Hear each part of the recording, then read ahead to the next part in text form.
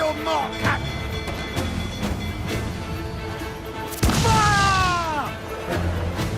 That's a pirate hunter! Fire! Batten yourselves! Do not let her ram us, Captain! Fire! Vessel exposed! Take Fire! Taking a hit now!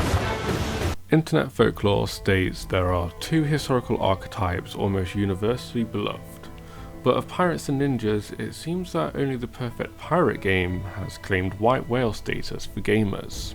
With Skull and Bones arguably the spiritual successor for Ubisoft's seminal pirate game in Assassin's Creed 4 Black Flag releasing as an undisputable failure, and the Xbox PvP focused smash hit Sea of Thieves seeing its long awaited PS5 release, and a rumoured Black Flag remaster in the works, does Black Flag live up to its reputation as the almost perfect single player pirate game? I ended up with a copy of Black Flag closer to its release. I'd been enthralled with Assassin's Creed 3 and was majorly hyped to play Black Flag, only to be disappointed that my aging Xbox 360 struggled to play it. Frequent crashing and poor FPS made it impossible to play. Naturally, that copy sat in a drawer for a decade, unplayed, unloved, and untouched. I'd missed out on the pirate experience I'd been craving since 2002's Pirates: The Legend of Black Cat. Several hours I spent in the Skull and Bones beta quickly proved a bore, but it rekindled that craving for the pirate experience, and right off the bat, Black Flag delivers. Immediately throwing you into the action, Black Flag exudes atmosphere, having you fight your way through both ships and rough seas before shipwrecking you on a tropical island. It's an intro that displays the wild ride you are in for with Black Flag. The game offers a narrative that is rich and immersive, weaving together themes of betrayal, redemption, and the eternal struggle between freedom and control.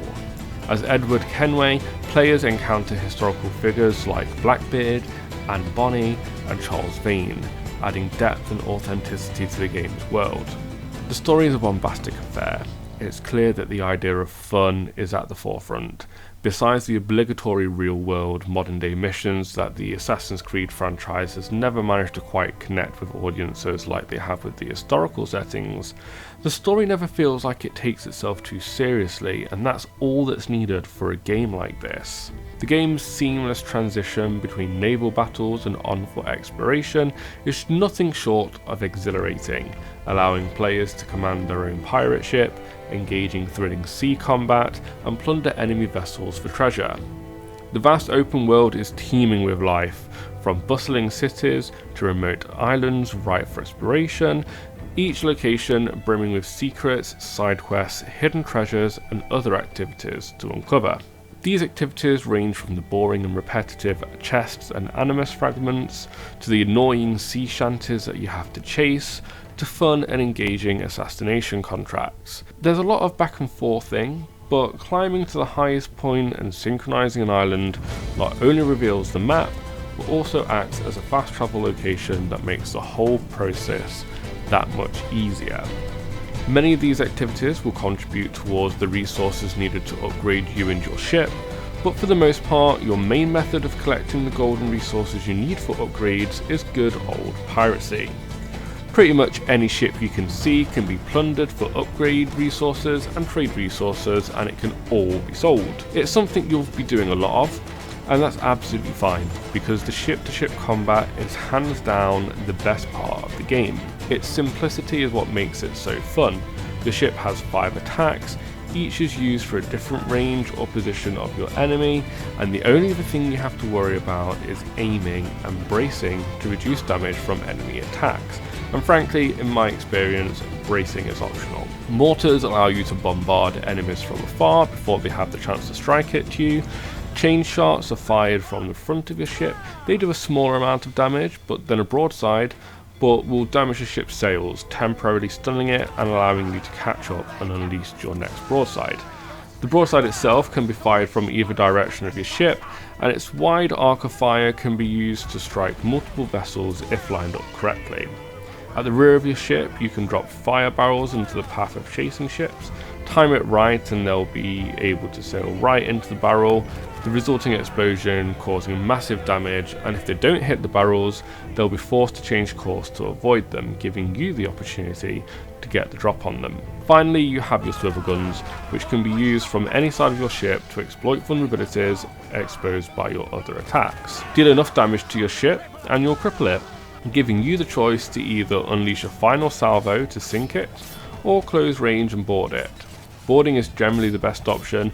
You'll receive 100% of the ship's loot, and have the option to either scuttle the ship to repair your own, free the crew to reduce your wanted level, or send the ship to Kenway's fleet to be used in the fleet mission table. The game's naval gameplay mechanics are a standout feature, offering unparalleled freedom on the high seas, whether engaging in naval warfare, hunting for elusive sea shanties, or embarking on harrowing underwater dives for sunken treasure. The maritime elements of Black Flag are a true highlight. Once again, the fluid parkour system of the Assassin's Creed franchise allows for quick traversal of the game world, though personally I find in every incarnation of the Assassin's Creed franchise that this system is always the clunkiest aspect of the game, while the revamped combat mechanics meanwhile offer a satisfying blend of swordplay, gunfights and strategic counterattacks. Visually, Black Flag still impresses with its stunning attention to detail, from sun-drenched beaches to towering palm trees swaying in the Caribbean breeze. In my playthrough, I constantly found myself stopping to take in beautiful moments of scenery, whether a ship waiting at the edge of an endless jungle, or the sea and sun emerging from behind a cliff as you sailed towards it.